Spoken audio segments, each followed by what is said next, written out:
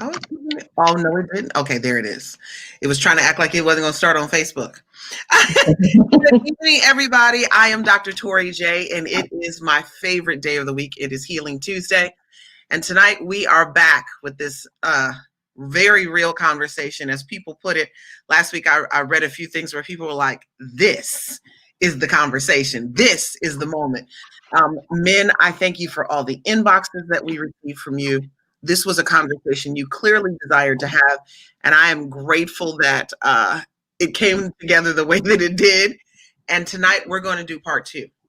We're going to get into the actual steps. Last week we got into how to see it, what it looks like, how to acknowledge it, and is promiscuity a threat to your intimacy? Dr. Ayanay said yes, as long as you are dealing with trauma and things like that. And I did see a comment from a young lady. She was like, wait, y'all said you could have sex and not be intimate and it's okay? And you came back and was like, only if you're whole. Only if you're whole. Correct. And so that was a moment where there was clarity brought because people were trying to make it something else. And we've been taught a lot of things. So I want to get into this. I'm going to introduce once again Dr. Ayanay. She and her, and she's a doctor. Ferguson Turner. She just got married. So I didn't, but I know that you're a professor. You are a psychologist. You're a mom. You've been through a few things in this journey. Yes. And yes, as my husband has put on here, please share, everybody share. If you are watching this is something you're going to want to share. And if you are watching this in replay, please put replay in the box. Yes, KB1000, my day is going amazing. How are you? Randall, I see you. You said you're watching. I want to make sure that tonight, as we are introducing you, that we cover some of the, I ain't trying to get personal, but I'm trying to get intimate. How did you get in this space? Dr. Ayanay is a sex therapist. She's a therapist, yes, but there was her niche that she decided to delve into was sex therapy. How'd you get into this, Dr. Ayanay? Well, it was sort of this nagging thing in the back of my head for several years because I talk with my girlfriends and my sister and other people. We have conversations, and I really believe that everyone should have a healthy and wonderful sex life. Sex is critical to our well-being. There are health benefits. It's critical to our relationships, and we were designed to be in relationship with each other. And so it kept coming up and kept coming up. And when I realized it's coming up because it's my calling, that's how I got here. And just seeing how many women in particular just don't have good relationships with their bodies and with sex. And then also thinking about how we teach, how we educate our kids about sex. And now that translates into us not having healthy sex lives as adults, because we carry those messages that we received as children into our adult life. I was fortunate to grow up in a home that was, on Blackish, they say Rainbow grew up in a naked home. I kind of grew up in a naked home where we were free and open, and we talked about things. And my mom had no problem talking to me about sex and about pleasure, with regard to sex and safety. With regards, it was never a situation where it was off topic or we hid behind play words. We used real words. We talked about things in the way they are. And so I think everyone should have that. I think all children should have that. Yes. So yes. And that's one of the reasons why I knew, after talking about, the emasculating woman and talking about living with a mama's boy, and Glenn came on and he said, a lot of women, we survive in relationships and we're surviving. Mm-hmm. And then the next one we got into was inner healing and healing ourselves. But sex kept coming up. And I'm like, sex is meant to be this mind-blowing moment for us. Mm-hmm. But too many people aren't having that. I don't know if men, I don't think men are having it either. I think we think men are having it. And some of the stuff you said last week, men want intimacy. Men are looking for that. Yes. And that's contradictory to what we hear in the world on TV, in movies. You know, it contradicts everything we know about men. Our girlfriends call men dogs. We say that they don't want responsibility. They don't want connection.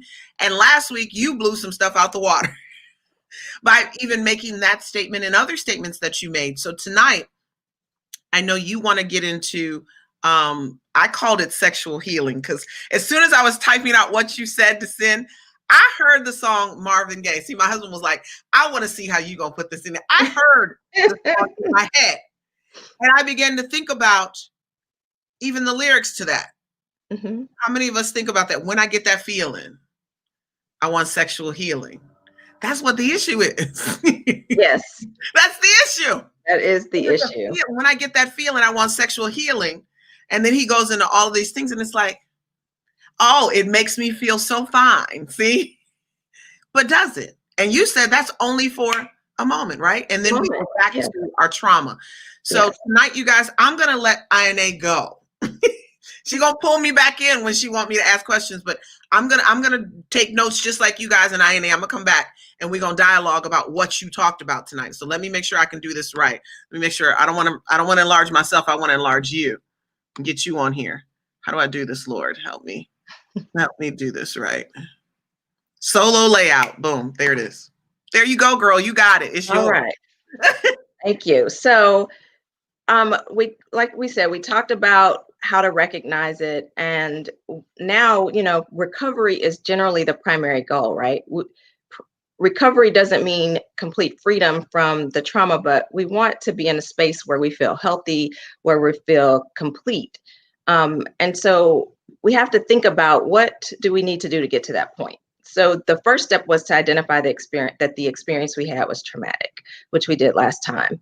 And central to that experience is helplessness, isolation, loss of power and control, and a lack of safety, or a feeling of safety and security. And that's what we get when we grow up with an absent, neglectful, or abusive parent. And that's a traumatic experience. So once we recognize that as a traumatic experience, we've made the first step.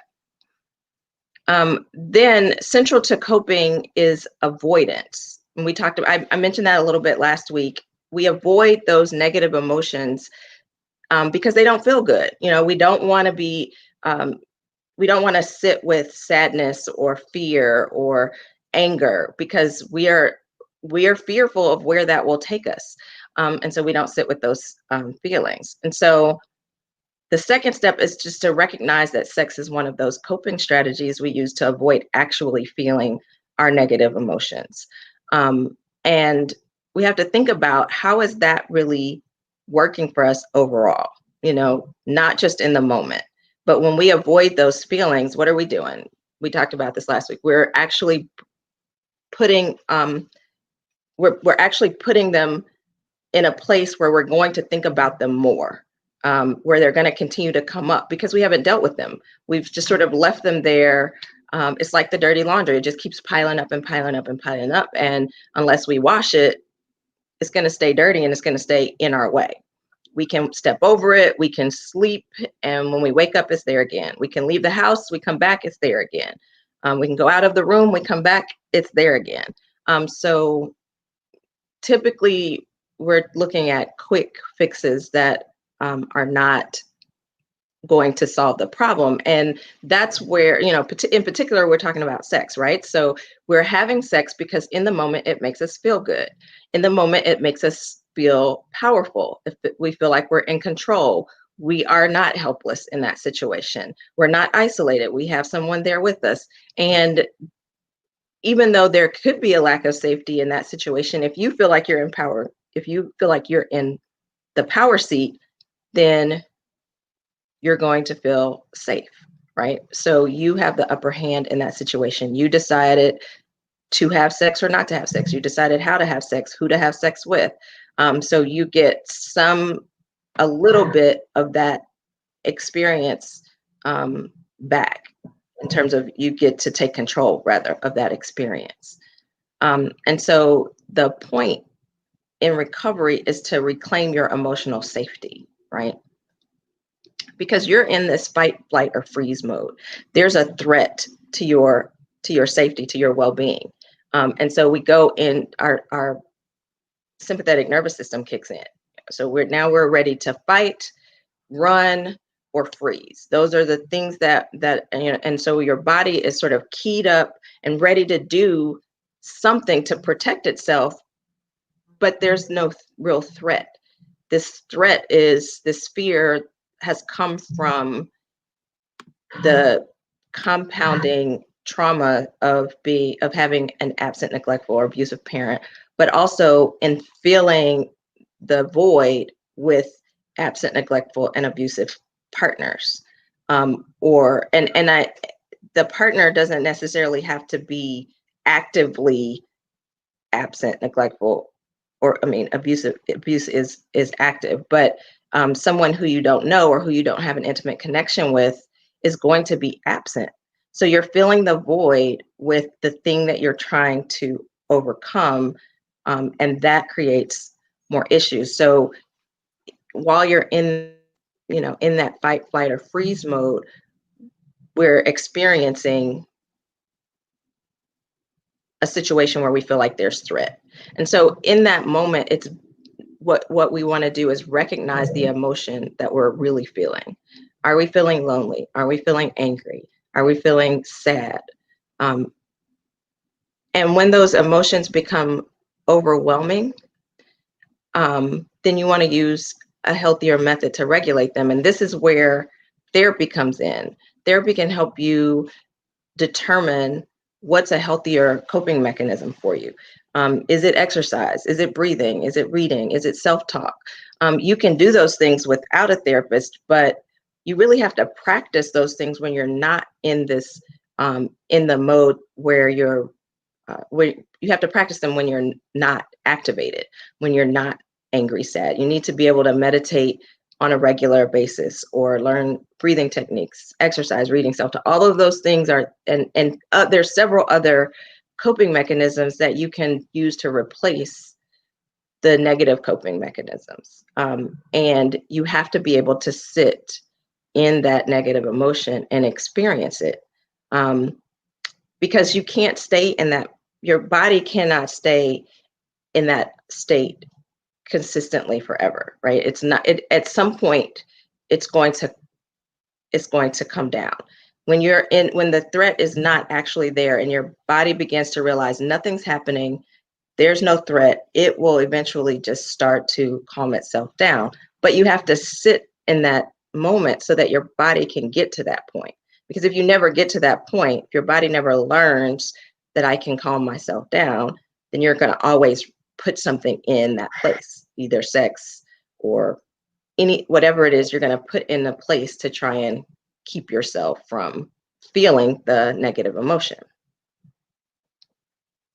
Do we have any questions popping up so far? Well, no, people are saying they're here. So let me go here. I want to ask a question. Okay. I want to put us next. I want to ask a couple questions because you were talking about reclaiming. I forgot what you said. Reclaiming your what? You were emotional safety. Yeah, your emotional safety. Okay, that was big. What does emotional safety look like, Dr. Ayanay? It's being able to experience your emotions, whatever they are. It's being able to experience joy and happiness, but also being able to experience anger and sadness without being dragged to the place where you were during the traumatic event. So if, we don't necessarily, if you grew up without a father or without a mother, you don't necessarily think about those, in instances, it's more like a whole thing, right? Mm-hmm. But there are, you do have some recall of memories where either whether there was a father-daughter dance at school and you had to take your uncle or your grandfather or you just couldn't go. Or maybe on Mother's Day when, in the end of school when everybody's making Mother's Day projects to take home and you make one because you're in school with everybody else, but you don't really have anyone to give it to, or you're going to take it home to a neglected mother who's going to not appreciate it. You know, so there are moments in your life that you've had where, and though this is a compounded trauma because it happens over and over and over and over again. And then there are times when, you know, as a teenager, if you get into a bad relationship and you just want to be, you know, you want someone to protect you, but you don't have your father there to, you know, to say, I'm gonna, you know, kick his butt him if he comes by, you know. Yeah. You know, you don't have that and so when you long for that, that's creating more trauma memories, right? And so, and you feel emotionally unsafe because you don't have that you don't have the security. You're feeling helpless. Anger isn't helping. Sadness isn't helping. And so you begin to figure out what do I need to do to just feel good? Because this isn't it. No, I love that. It was something that jumped out because when you're talking about not feeling safe, it's one of the things that fatherless daughters want so much. They want that protection. They want to feel safe. And when they don't, they look for the wrong places. It may come out in the tough guy, the bad boy, those things. So you look for, because he looks like he can keep me safe. He looks like he can make sure that nothing happens to me. When if he is the bad boy, he's going to be the one doing the things to you because he knows you have no protection. And that's what we have to be very, very careful about in who we pick. But that's why we get healed, so that we draw and pick the right people into our lives. The other thing you said that I was like, oh, I know this one. I've done this work before, and I'm in the process of doing this work now, getting into prayer. And as soon as you get into prayer in your meditation time, you begin to feel the trauma. And so what do? You jump right out of it. And I've been doing that over the last week. Like, I know I'm going through the process of healing, but getting into it is like, whoo, okay, wait a minute. So I may stay in long enough to get one thing, you know, experience one thing that I have to heal, but I know there's more down there. You said, sit in the negative emotion and experience it. This is the place we don't, Dr. Ayanay. Right. Because it feels hot. It feels like I'm in the moment again. Right. And I've done everything I had to do to make sure I'm busy. I'm hanging out with everybody. I'm doing this. I got 4 jobs. I'm not, you know, I'm doing everything I can to avoid that moment. Right. What should people focus on in that moment?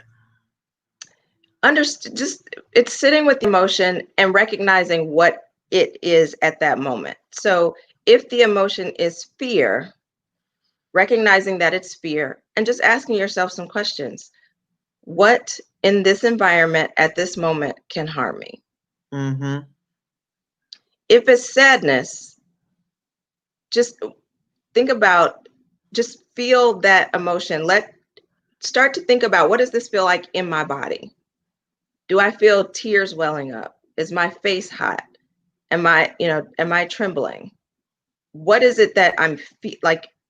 Scan your body for the feeling in your body and focus on recognizing that this is an emotion, this is a negative emotion. If you can't label it at that moment, because sometimes sadness, fear, and anxiety all feel like the same thing, right? It depends on who you are. You know, we experience negative emotions differently. But if you just recognize this is something I don't want to feel, you don't have to name it in that moment. You can get to that point later, but sit with it, experience the body, what's going on in your body, and think about what you can do to relax your body, or just let your body take over and do what it's going to do. If it's going to cry, it's going to cry. That's part of the release of the emotion.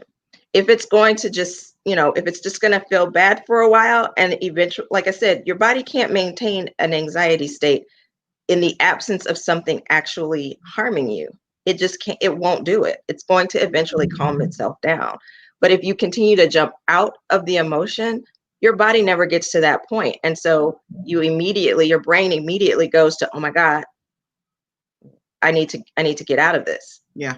But you don't give yourself a chance to think, okay, or your body to say, this is, scan the environment. Is there something I really need to be fearful of? You don't want to get rid of your emotions. You don't want to stop having them, because you want to be able to recognize real fear. You want the hairs on the back of your neck to stand up when you're when you're talking to someone who's not good for you. Right. You want to be able to recognize that. But if you continue to get out of your fear, out of your sad, you're not in touch with that part of you that recognizes real fear, actual fear from this imagined, remembered fear from before. I'm taking notes because I'm serious. Tina said, I had to break down to reach a breakthrough from my past trauma. Mm-hmm. That's what you're talking about. Yes. Breakdown is the feeling of the emotion and letting it bubble up to the surface is what I always talk about. There was something you said here a moment ago, and I was like, ooh. So one of the things that I have taught them watching over the past year, and you guys, we have our year. This is our year anniversary, Ayanay. Oh, great. Congratulations. Year. And I'm so excited. Tokyo, not tonight. No, Tokyo's over here growling, talking about he want to play or he needs to talk to me. But you said you were talking about getting into it, sitting into it, and checking with your body and knowing what your body is experiencing. Mm-hmm. When you said that, I'm like, this is why we don't know what we want sexually, because we won't even sit there. Right. How do you know what you want sexually? Because we coming up on 30 minutes now, and that's where, look, if you won't check in with the pain and the trauma that you've experienced and you stuffed it down, then my aha moment when you were talking, look, my over aha moment right. was the fact that if I don't know, if I stuff everything down and I don't connect with my emotions and I don't know what pain feels like, I can't know what pleasure feels like either for me. I can't know where I have pleasure places and spots because I haven't sat in me long enough to know that. Right. People need to marinate on that. Mm-hmm. You don't enjoy sex with your husband. You don't want to connect with people. It's because you won't take the time to know your pain so you can't get to the pleasure. Like, exactly. I'm sorry. I was like, what? So when I talk with women who say they have sex to replace negative emotions, and of course not in those words, but when they're talking about it, they say having sex makes them numb, and I'm like, but that's not good sex. Like, sex shouldn't make you feel numb or just make you forget it. You should feel pleasure. You should be. I mean, ecstasy is a word for a reason. That it is part of the sexual experience when you are connected with who you are, with what you want, with the pleasure centers of your body. And it's not the same. Pleasure centers aren't the same for everyone. Sex isn't going to be the same for everyone. So if you're just, laying down and taking it, then, and you're feeling numb, then you're not having sex. I mean, you are Sealy on Color Purple talking about he on top of me doing his business. Exactly. The work that is not okay, but that's what we do, and it's not that bad, right? I'm joking when I say that, right? But and we're over exaggerating to get to the point, right? I'm gonna go here because I think this connects the two.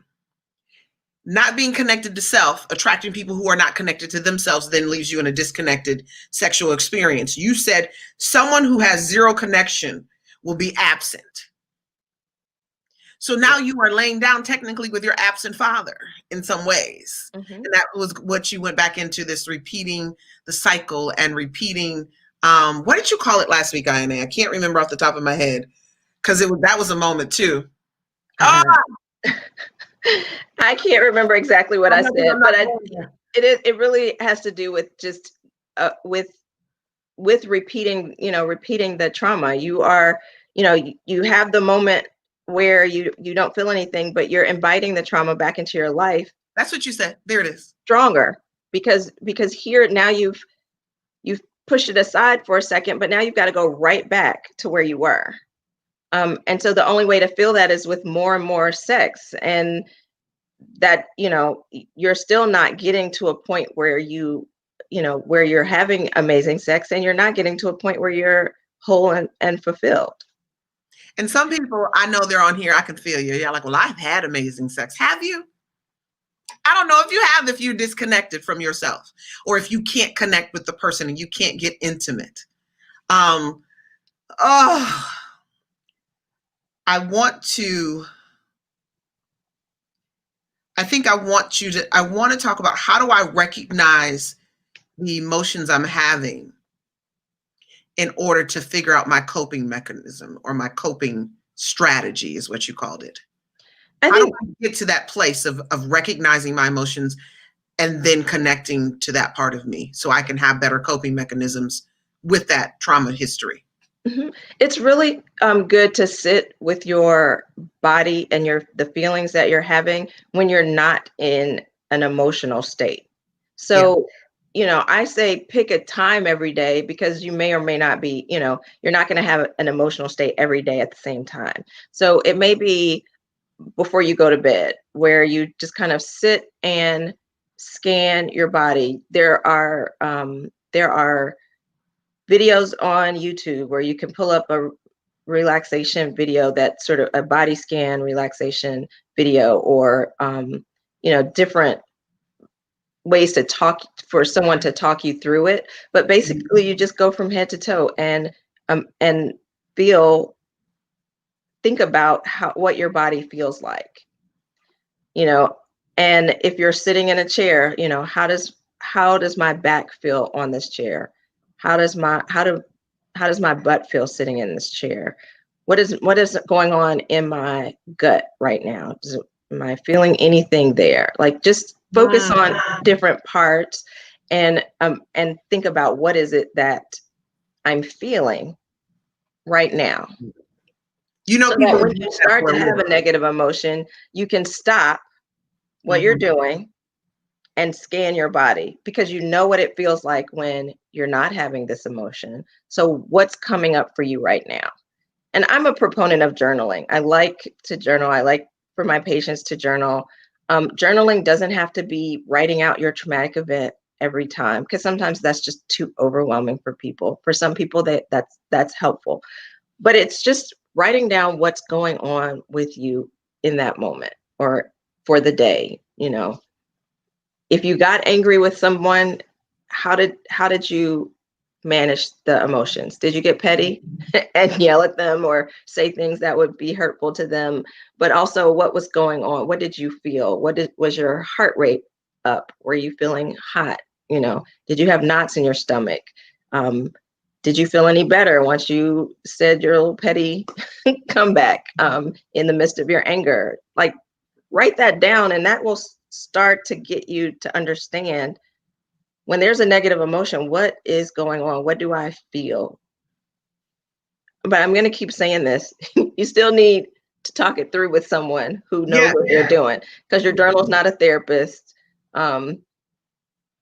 You can do it. You can do some of this work on your own. You can do some of this phase 1 work on your own. Phase 2 is really getting into therapy and really delving into the deeper part. And so that's why I was saying, this is just phase 1. This is just the first step toward healing. And you have to take these steps to even get to therapy.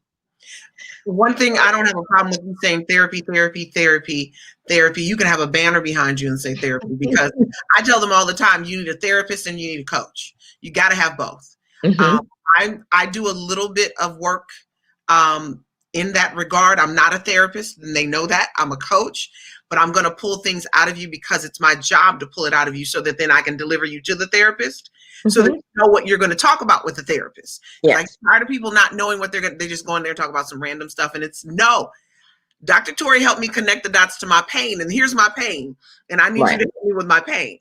And then you will save so much. You save so much money in therapy by doing this phase 1. And if you need to do it with a coach, do it with a coach. If this phase 1, because sometimes this is the part that takes the longest with the therapist to get to where you need to be to work through the stuff. And we're fine, if you've not done any work at all and you just know something ain't right and I need a therapist, come on in, we're going to take care of you, and we'll get there. I'm saying you can save yourself some money if you go ahead and do some of this. I mean, you've already you've done some of the work already. Some Yeah. of you don't know how far you are along, just in recognizing that there's some maladaptive behavior patterns to having sex without intimacy is a huge step in just knowing, in being ready to go on and recover. Yeah. I will say my husband put on here when you were talking about not connecting and sitting in your negative emotions and whatnot. And he was like, and then on to the next partner, because that's what people do. I think Lydia posted a while ago where it was talking about a lot of people refuse to change themselves, so they change partners. And Nydia just jumped on and she said, I'm still not writing. Nydia, journaling doesn't mean writing. I know people who record. They use their phone, they use recorders, they use the camera. You can record and you can journal however is most comfortable for you. Whatever makes sense. I have a client right now who her mother read her diary at some point in her life. And so she didn't want to write it down. And I was like, however you choose to do that is up to you, because she had trauma associated with writing. And then maybe someone would read it. It's one of the things we do in our peer groups is we allowed the children to have journals, but they can never take them home, Dr. Ayanay. And we had one time where a child took it home and the mother read it and she felt some kind of way. And I said, see, this is why we told you not to take them home.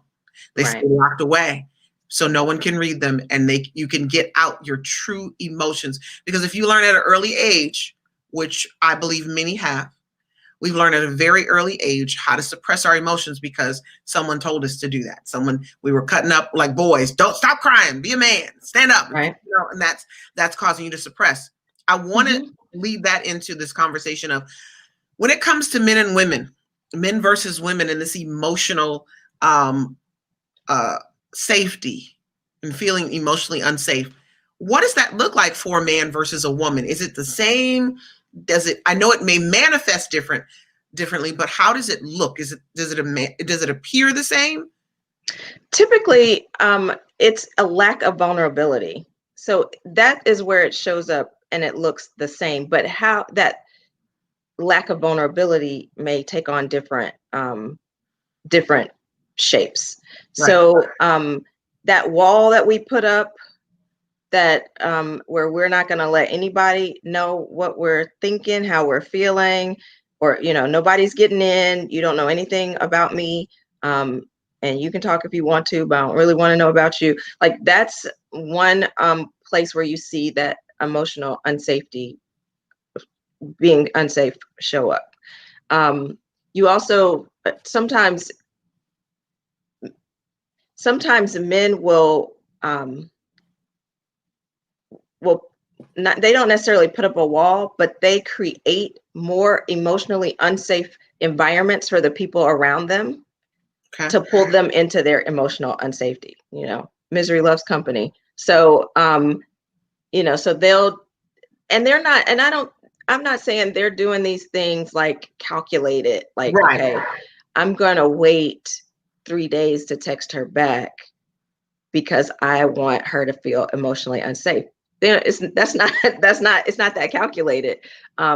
It is just sort of, it's how it shows up. Yeah. And it means that they don't have their own emotional safety to provide it for you, or to bring you into an emotionally safe environment. And what does it look like, I guess, when we do it, when we as women do that?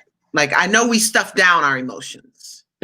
We create unsafe environments as well for our partners? Yes, we can. Sometimes emotionally unsafe women are overly emotional, but not necessarily in a way that makes sense. So you might see, and this is not all women, but you might see, and what I said about men wasn't all men, but you might see where, a woman is expressing, it seems to be needy. Like, they are constantly wanting reassurance. They're constantly wanting to be in your presence, or there's some jealousy. They want to look through your phone.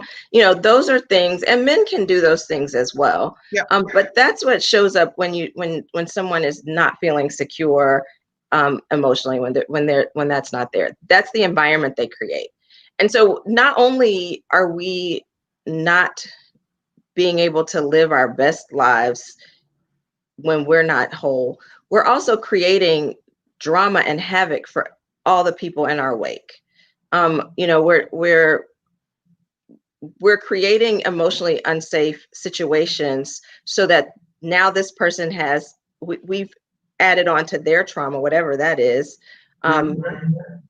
You know, and it's, you know, it's not always about the other person. You know, we do have to focus on ourselves and try to heal, but we can't be completely self-centered, so self-centered that we don't want to bring a whole person into, you know, ourselves as a whole person into a relationship, that we just want to go in and, you know, do whatever we want, cause all this destruction, and then step out and, like you said, go on to the next partner, because now we've destroyed this relationship. And what do I need to do but find someone else to start all over again? I see so many people, especially fatherless individuals who were neglected or abused, you know, come from divorced families, whatever that looks like. They tend to leave a trail of what I call dead bodies, right? Dead bodies behind them. And so what then do we do when that's what has happened? We have to step out of someone's cycle, because our parents create these cycles. We get to see them in our own household, and we learn a lot of this behavior in our own household. I see even, what's her name? Charmaine, I think is how you say that. Shernay. I'm sorry. Yeah. She said, that's what gave me a block to journaling. My mom found mine when I was in middle school, read it, and harassed me about it, about what was in it. I'm sorry. Now, let me say that, like, that's traumatic in itself, because I'm putting my feelings down, and I can't. And now what you've done is you've taken my coping mechanism from me on how I'm going to express myself as a teenager. I've learned this, and she's in middle school. She's learned this. And that ain't even teenager. That's like preteen, right? So now you're, and this is where it's critical. And I hope that, you know, some of how I educate gets across. We have to think about how we would respond as the parent in that situation. Yeah. So there are people who strongly believe kids don't have privacy. You know, you're in my home, it's, you know, but if you are going to read it, how, you know, how are you going to deal with that with your child? I would say, you know, I can't tell a parent, you know, you don't need to know what's going on in your child's life, because you could find some things that need to be addressed. Particularly if your child is dealing with some heavy negative emotions as a child. They can't deal with depression and anxiety on their own. So they may need some support around that. But what Shernay said, you know, to harass your child over something they wrote, to make them not want to express their emotion, to not help them deal or cope with it, you're going to create a cycle where your child is going to live out the same traumatic, emotional, unsafe stuff that you did, and you don't want to keep that going. That created what you called emotional. She became emotional unsafe in her own home. So I'm going to go here, Brian, because the Healing Tuesday, we don't talk about this, but I think there's some key things in here that we can discuss that go back to why we need healing, and we need sexual healing, we need emotional healing. So Brian is talking about a lot of the stuff that I deal with. He said half the problem is mothers being vindictive to the fathers, blocking them and keeping their kids from them, using the kids as a tool to benefit from them. It's a fact. I want to deal with the vindictive part, right? Because we can keep it real on here, Brian. We as women can be bitter, vindictive, spiteful, and a lot of other things, especially if you trigger our compound trauma. Let's go. Like I said, I don't deal with all of the father's right stuff on Tuesday night, but I think we can put it in this place tonight as far as healing.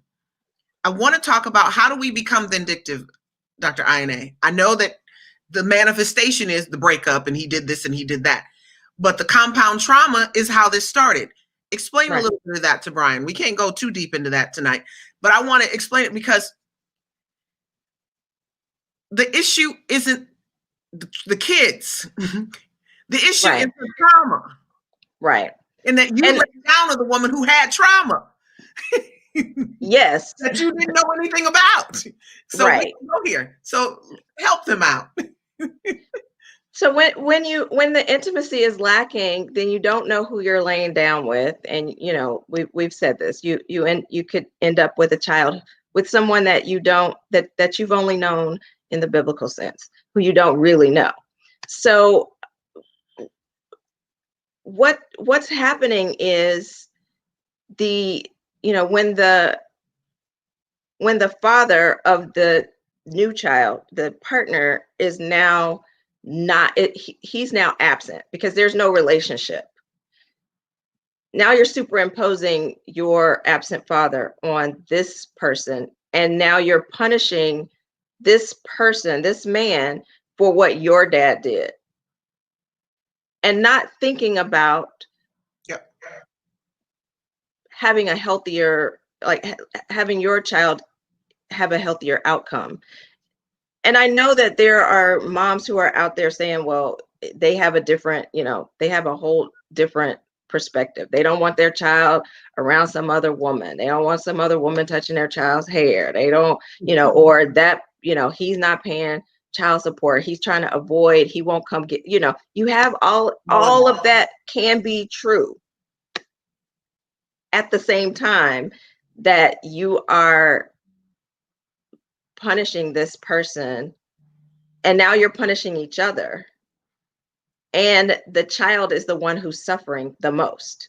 Yeah. You two are adults and fully grown, and can fully support yourselves, and you are now making the decision to raise to raise another child into the same environment, the same way you were raised. So Brian, I hope you heard that, because I need us to go beyond, and I say it all the time, it's spiritual as well as natural. And we have to recognize that part.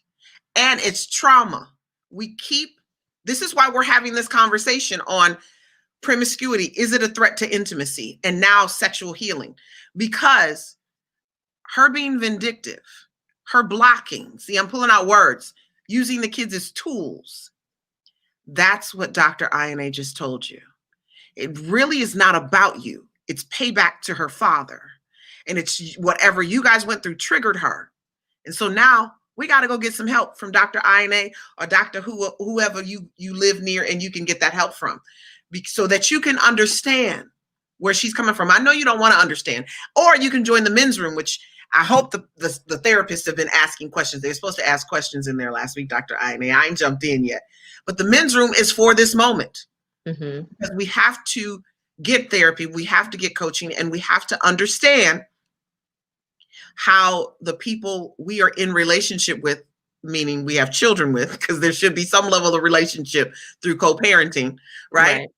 We should have some level of relationship with them. We need to know how we got here with them and how they got here, so that, hey, whether you pray about it, whether you just have an understanding, whatever that is, so that you can move on from the trauma that was inflicted upon you by them.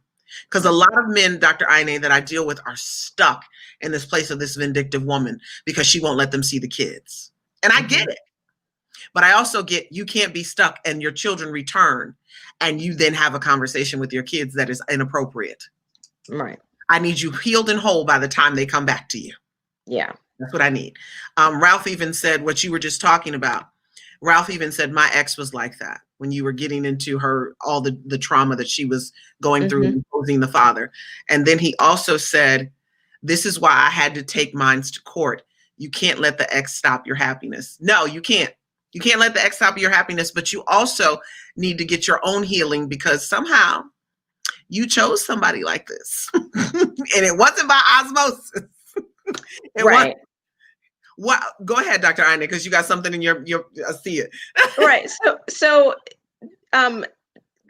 you mentioned Glenn earlier, our coach. Yeah. I started with Glenn when I was single. I'm married now, but when I was single, I started with him, and he had us read this book called Safe People. Good one. And it helped to identify not only other people who are safe or unsafe, but it helped there was a whole section on dealing with how your unsafe behavior shows up. Yeah. And it was eye-opening. Like, oh. So I thought it was everybody else, but really I'm being unsafe. I'm creating an unsafe environment if I don't deal with this, if I don't recognize it and deal with it. And so once you recognize where you might be, and it doesn't necessarily have to be that you're doing something on purpose. All of this stuff is typically subconscious. It's an unconscious way we are in the world. But once you realize what triggers you're pushing, where she is now being vindictive, where she is trying to hurt you by keeping the child from you, when you can stop pushing those buttons, even if it takes going to court, you may have to go to court and get a court order to see your child, but you still have to stop pushing those buttons so that it becomes a more peaceful environment to co-parent your child. Because I don't think men or women recognize the buttons we're pushing on one another that really tap into trauma. Mm-hmm. You just think you're riding your bike down the street, or you're just coming to pick up your kids, or you just took them for whatever. I will never forget meeting a young lady at a mixer years ago, and she grew up fatherless. And she was talking to me about the work that I was doing, and she said she was married, and she said, I get jealous when my husband plays with my children, with our daughters, because I never had it. Now, I can tell you that now I've seen on social media, she's clearly divorced that gentleman, and she's now remarried someone else. Mm. But it doesn't mean that she won't have those emotions, right, if he plays with her daughter. She doesn't know that, but she was triggered even talking to me about fatherlessness. That's what you need to know. That's why Dr. Ayanay keeps saying it's not intentional. And I know some men do that. Like, well, I'm not doing it on purpose. No one is saying that you are. Right. But you have to be clear on what they are. I need you to tap into your emotions and who you are and chill and get to kind of breathe and check in. Yeah, when I did this the last time I went, she really went off. She's not going off for nothing. It may be petty, Dr. Ayanay, to you. Right. But it's not for nothing. Right. That's what you got to understand. You're like, what did I do? It's something that goes back to her trauma. And it probably has nothing to do with you. Can I give you guys that advice? More than likely, it has nothing to do with you. Tina says, so important to identify those safe people. I realized I had many unsafe people hanging around. Yeah. Identifying the safe people. We're looking for new friends, married friends, happily married couples. Jesus. That is not easy to find. Nydia says, we have to figure out our deep-rooted issues. I have figured out that I have been an unsafe person in relationships, especially the way my last relationship ended. Ooh. I don't even know yeah. Can I ask how it ended, Nydia? Can Nydia tell us? She'll be honest. How did it end? Maybe Dr. Ayanay can help you with that. Maybe you need to go talk to Dr. Ayanay. She just moved to Kansas, so that's why her name is Do-Ro-T, because she moved to Kansas. But we don't have to. Sometimes you just pick the wrong one, and that had sometimes you do just pick the wrong one, you don't have to be able to figure out who's broken and who's not. Like that, you may not have that ability, but that's one of the reasons why I say you want to know feelings, because you want the hairs to stand up on the back of your neck when something is out of place. You want to say there's a red flag and pay attention to it, because sometimes we are so desperate to have, and I'm not saying, Raphael, that was your experience at the time, but sometimes we're so desperate to have someone in our lives that we red flag after red flag. We have a box full of red flags in the box because we're just pushing them aside, and we're not paying attention to the hairs that stayed up on the back of our neck, or that feeling in our body that something is this just is not right. Now, if you have not seen what a good and healthy relationship looks like, that's hard to figure out, right? But remember, I said you can have a good, healthy relationship. A model for that can come from anywhere. It doesn't have to be in the house you grew up in to have that model. And you can think, this was a bad relationship. What's the opposite of that? Yeah. So a healthy model doesn't necessarily have to be so healthy. It's how you interpret the healthy parts of it, if that makes sense.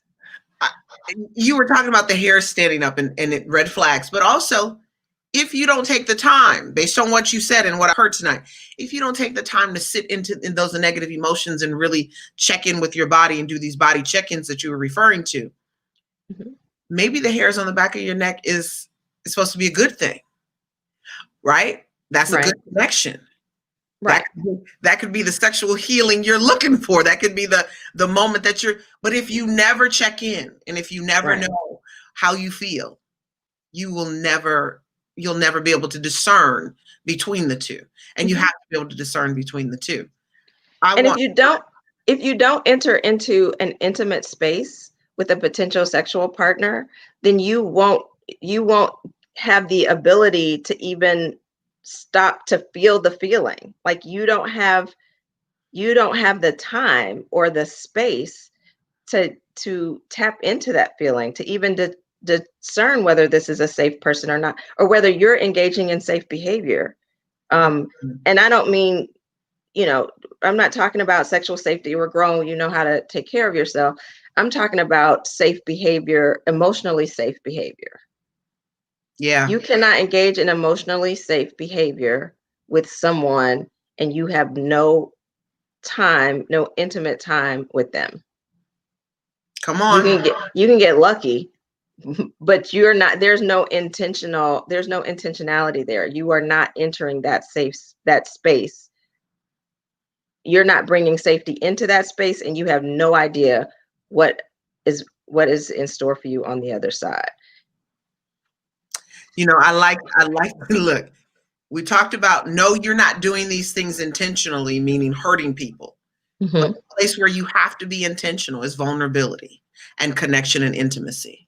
Those are the places you have to be intentional so that you can get a feeling, so that you can get something. So Raphael came back in and he just said, I think I was. You were saying you might not have necessarily been in that place. Well, he's admitting, he said, I think I was. I did not see or pay attention to the red flags, nor did I listen to the voices of reasons.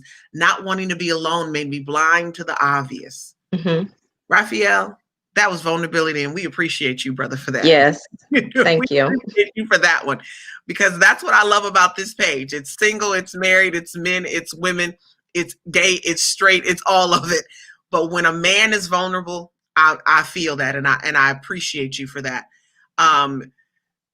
Keyshawn said, yeah, you can become desensitized to some of the things after a lot of trauma or bad experiences. You lose trust. And once you lose trust, how do you get it back? You may just get a new partner. Right, but do you trust yourself in going into a new relationship? Like if you lose trust in that person and you just leave and go on, do you trust yourself to have a good picker at that point? Or do you know what a safe person looks like? Yeah. Have you been able, we often go from person to person. And like Raphael said, we are so sometimes so desperate to not be lonely. We don't sit. Loneliness is a negative emotion. Yeah. You can be alone and not be lonely, but if you're feeling loneliness, that's not fun. And so, but you have to sit with that to know what are you trying to feel? What are you bringing to the table? And what can you expect, or what are you expecting to be brought to the table so that you have two whole people involved in this situation? Do you remember what you said last week about filling voids? Say that again for people to hear it, because I think it's huge and it's poignant at this point in time. Yeah. So when there's something missing, when there's a lack, so if it was, if it was being without a father or having a neglectful or abusive parent, um, there is a void in yourself that you're trying to fill, that you need to feel in order to try and feel whole. But you're filling it with things that are not good for you, and you haven't pulled yourself together. You haven't made yourself a whole person. And so when you try to fill that void with sex or anything else, what you're doing is bringing into the void the very thing you're trying to avoid. Y'all hear that? Filling the void is bringing in the very thing. When you're not whole, filling the void is bringing in the very thing that you're trying to avoid. Mm-hmm. And you're inflicting your own pain. You're stabbing yourself over and over and over again. Yes. You're not the victim. You are the violator. Yes. You are violating yourself. You are re-traumatizing, compounding the trauma with your choices. I need us to understand that. You have to fill the void with good things. Okay, I want to go to Nydia here. She said, it was just ugly. She was talking about the breakup. I reached my breaking point and alcohol was involved. I ignored too many red flags from the beginning. And what was supposed to be a great, memorable weekend was memorable, but not so great. Nydia, I get you, girl. And sometimes when we get to that place, maybe that was the place that you were supposed to get to so that it could end, so that you didn't go any deeper. Okay, so I think, Jessica, we did cover this before, but we're going to see what Dr. Ayanay says. What keeps men from being vulnerable, though? She's going back to when we were talking about Raphael being vulnerable, and we appreciated it. So sometimes we don't train or teach our boys that vulnerability is valued, right? So we think vulnerability equals weakness, and that's not the case. Vulnerability is really just having your emotions or having your thoughts and expressing them, and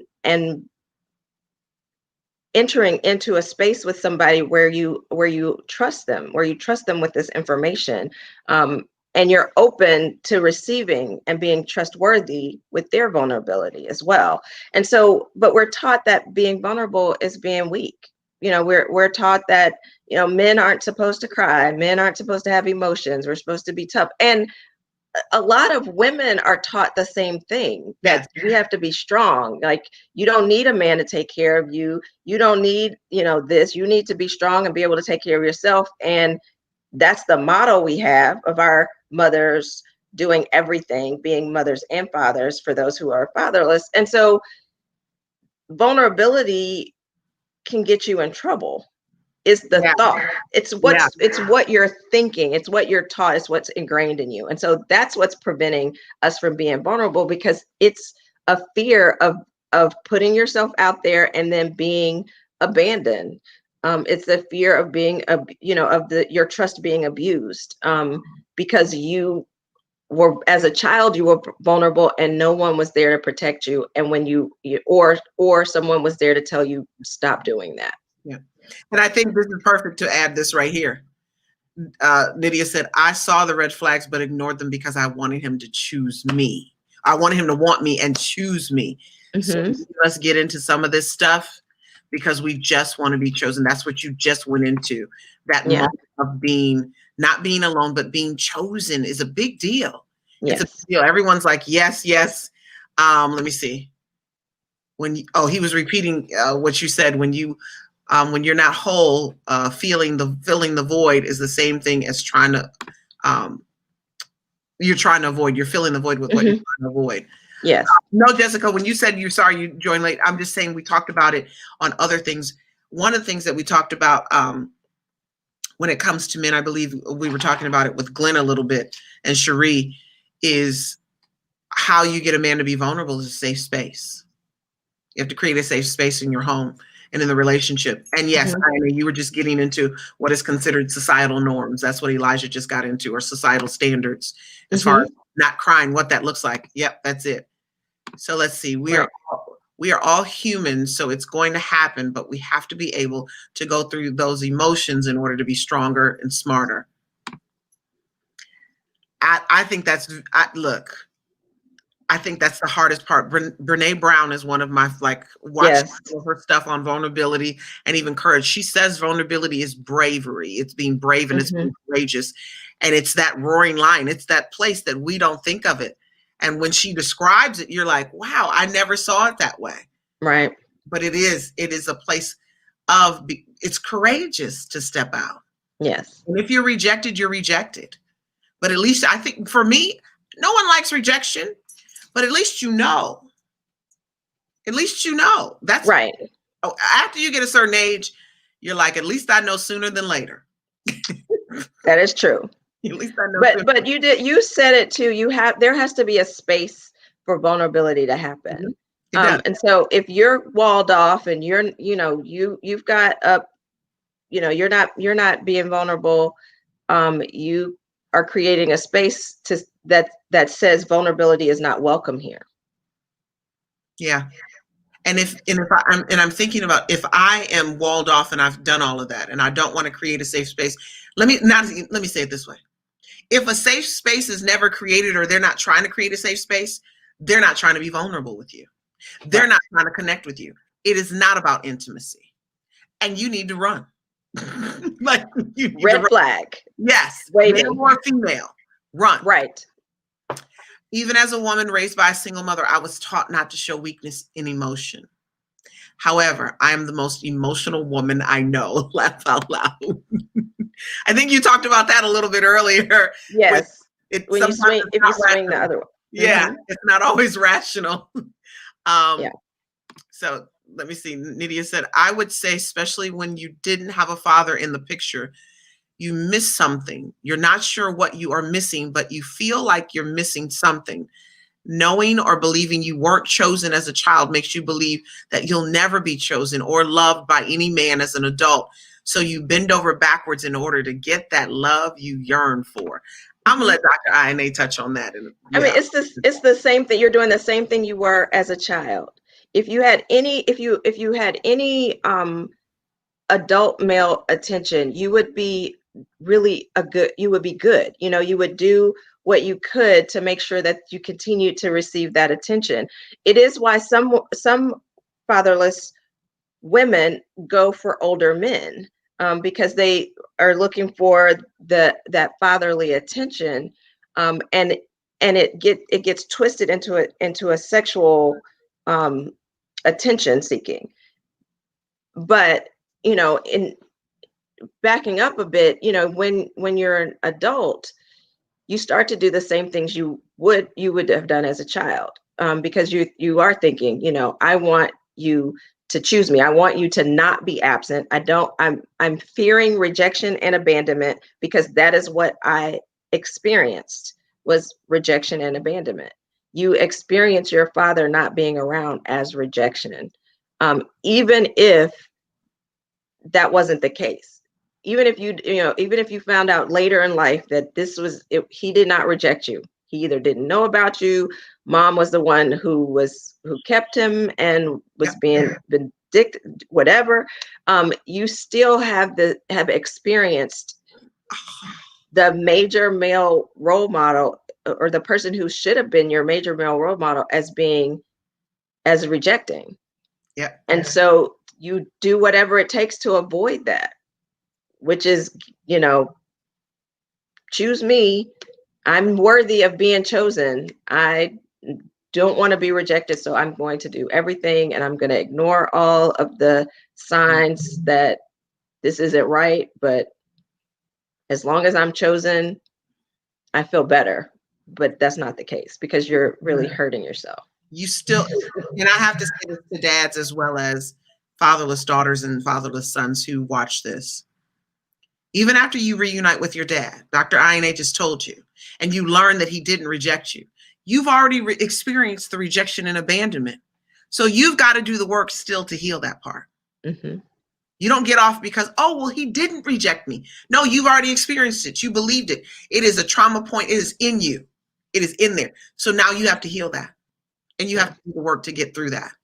I want to ask this last question, and then we're going to get off of here. Jessica said, how can I express I'm open to their vulnerability? I'm a very tender lover. I think he sees that. But and so she's trying to figure out, is he rejecting her? So so if this is a relationship you're already in, you just continue to create that safe space. If you're being tender, if you're being vulnerable, you are creating that, you are creating that space to allow him to be vulnerable. If there's something going on that he needs to work out, then he may need to get with a coach or a therapist to figure out, what is blocking me from being vulnerable. And you can do that as a couple. You can start that as a couple, even if you've identified him as the patient. It's the relationship. The relationship is still the identified patient, so to speak, or client. So, if you may need some help in helping him identify what is needed for him to be vulnerable, as long as we're creating the space, you're doing your part. It's only, sometimes you can't force someone to be vulnerable. You can't make them, and if this is a person who can't be vulnerable and this is not your partner, then you have to decide, is this something I really, want to go through? That's a red flag, Jessica. It is a red flag. Yeah. And so you need to if you're not married to him already, you have made that decision, Dr. Ayanay is telling you, you may want to decide whether or not you stay or you go. Mm-hmm. I'm gonna make this statement here, and we're gonna talk about how people find you and get your services. Because once again, I'm a coach. She's the therapist. Look, she's over here. She's the therapist, and I bring therapists on all the time. So you guys, there's some that you connect with differently, and if you need that, especially with the sex, we're gonna go there in a minute. Elijah says, and I'm going to say that I'm going to tell him something in a minute. He said, low key, the little child in us always manifests, peeps up in what we yearn for. That is not low key, Elijah. It's high key. It is loud. Yeah, that child is not low key. When you are in a relationship and vulnerability and different things come up, especially in marriage, that is high key. They are screaming. There's a temper tantrum. It is like a 2-year-old in your house. So it is not low key. Yes. Oh, this is interesting. My husband, I think it's important to let him know that you want to be a safe place for him, while presenting that sometimes we just don't know your intentions. Yeah. And I think that's because men can be guarded. The intentions, like you meet a lot of manipulating women, and then you meet me or her or whatever, and you question it, right? Mm-hmm. And it's because you dealt with too many who presented what you thought was a safe place. And so now you're guarded, and it goes into what Dr. Ayanay talked about, trust. Mm-hmm. Can you trust? Yeah, okay. And talk about it. I mean, you can ask him, what do I need? What would I need to do? Or what would it need to look like in this home for you to be vulnerable? Yeah, that's a good one. You guys, that's a good one. Sometimes you don't say it. Sometimes you ask a question. What do you need in this home in order to be vulnerable? That's powerful. Sometimes the question is very powerful. It's a place where you're giving them the ability to tell you something that they probably wouldn't if you hadn't asked the question. And sometimes you have to ask the question and walk away from it. Let them marinate. Let it marinate. Let them think about it. Don't ask the question and then like, okay, what's your answer right now? Like you've had however long you to think about this and come up with a question and think about what you could have done, and now you're springing it on them. It may be brand new. So preface it with, you don't have to answer this right now, but I want you to think about this. What would it need to look like in this home for you to be more vulnerable with me? See, they're trying to keep you on here. Look, they are coming in. They're coming in fast now, Dr. Ayanay. And Elise said, it's so hard when you create the space and they reject you. So walking away, it's the only out. For them, yes. For you, it's up to you. Because when you get that control, right? We were talking earlier about reclaiming your emotional safety. Sometimes that's part of how you get to control the relationship in a good way. Mm-hmm. You determine what the out is for you versus staying and going through and being traumatized over and over again by someone who's unsafe. Right. Nydia says, I'm sorry. She said the child is loud. That Yes. child is loud. Yeah. Okay. However, I will say you can't be someone's safe place if you have too many issues you have to deal with yourself, i.e. me trying to be there for my ex, but how could I?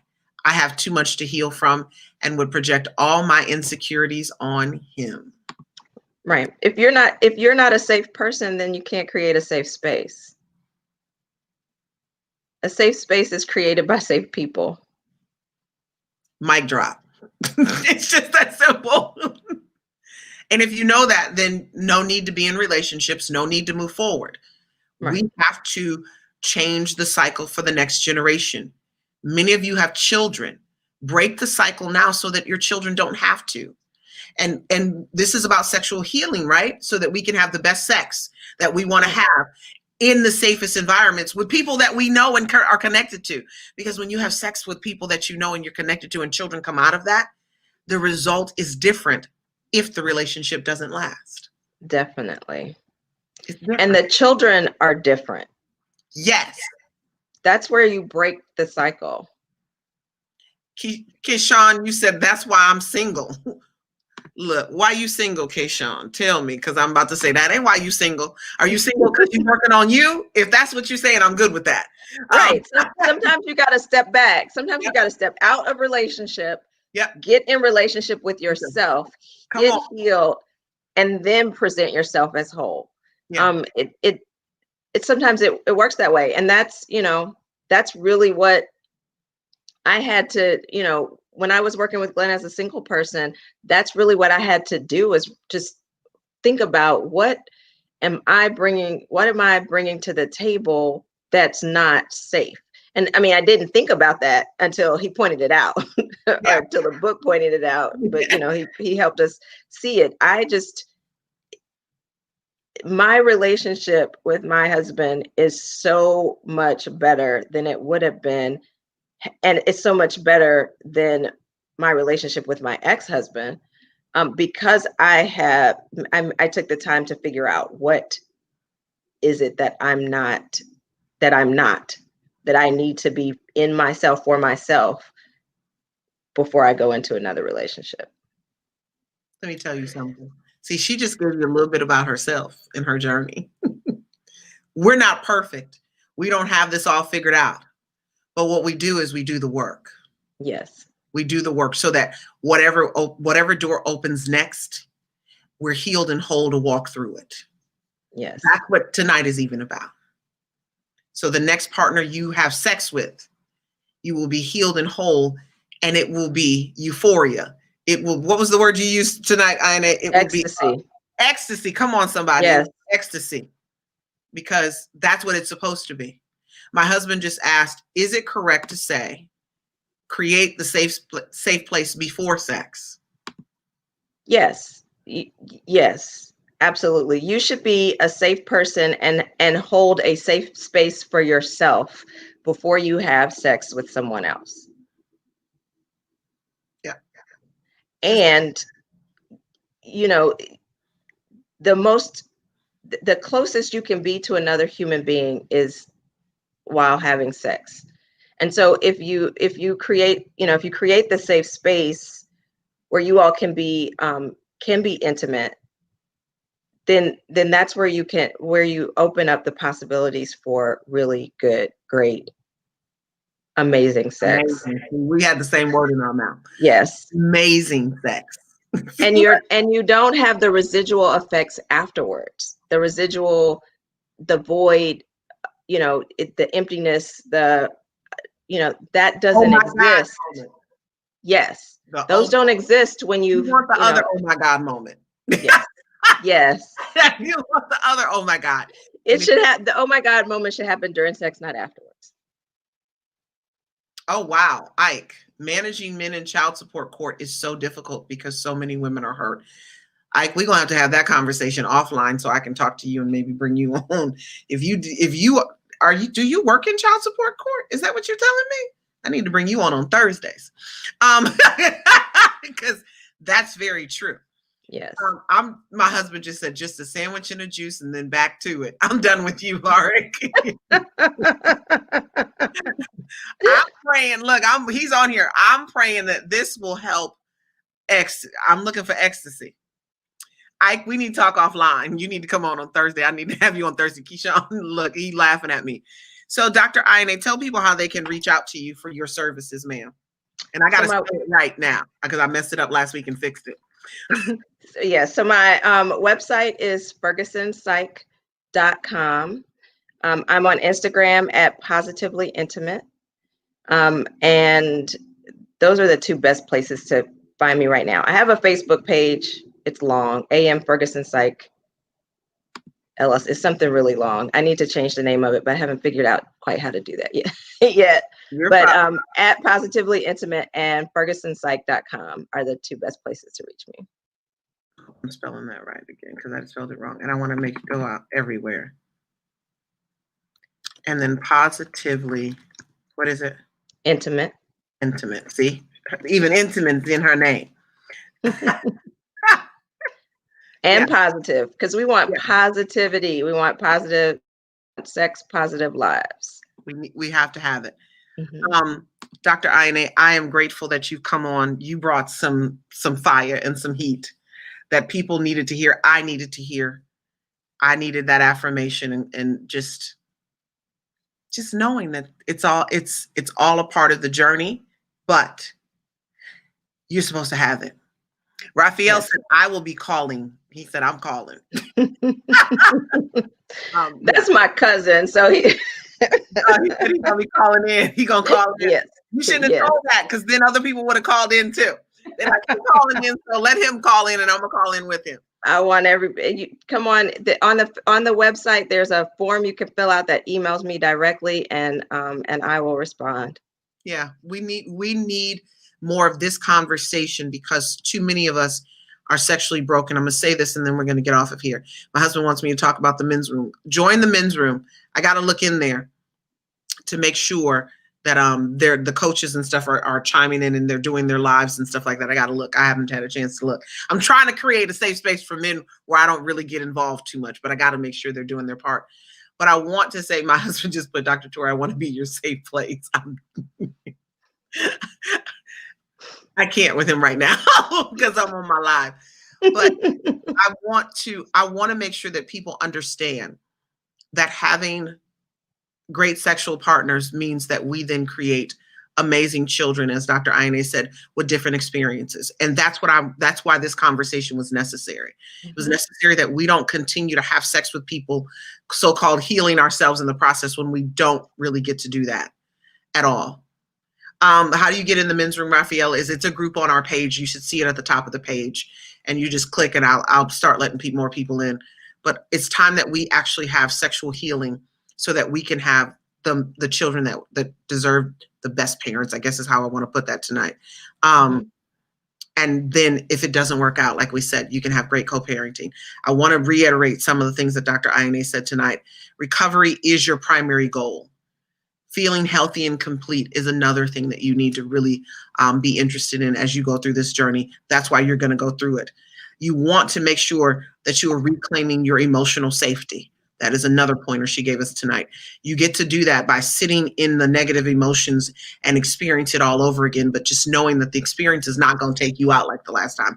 It's so that you can experience it and know how you actually feel so that you can connect with you and then you can connect with someone else. And then she said, someone who you have zero connection with will be absent. So stop doing that. Stop filling the voids because you're just adding more voids and more issues. You got to watch this and repeat. And therapy will help you recognize healthy coping mechanisms. I need you to contact her in order to get that work started. We gave you a little bit in the beginning. As she said, you are much further than you think. But now it's time to actually have a therapist help you find those coping mechanisms. I pray that you guys had a great time tonight. I had an awesome time dialoguing with Dr. Ayanay and allowing her to give us these gems and jewels. You guys have an amazing night, and we will see you next Tuesday for Healing Tuesday.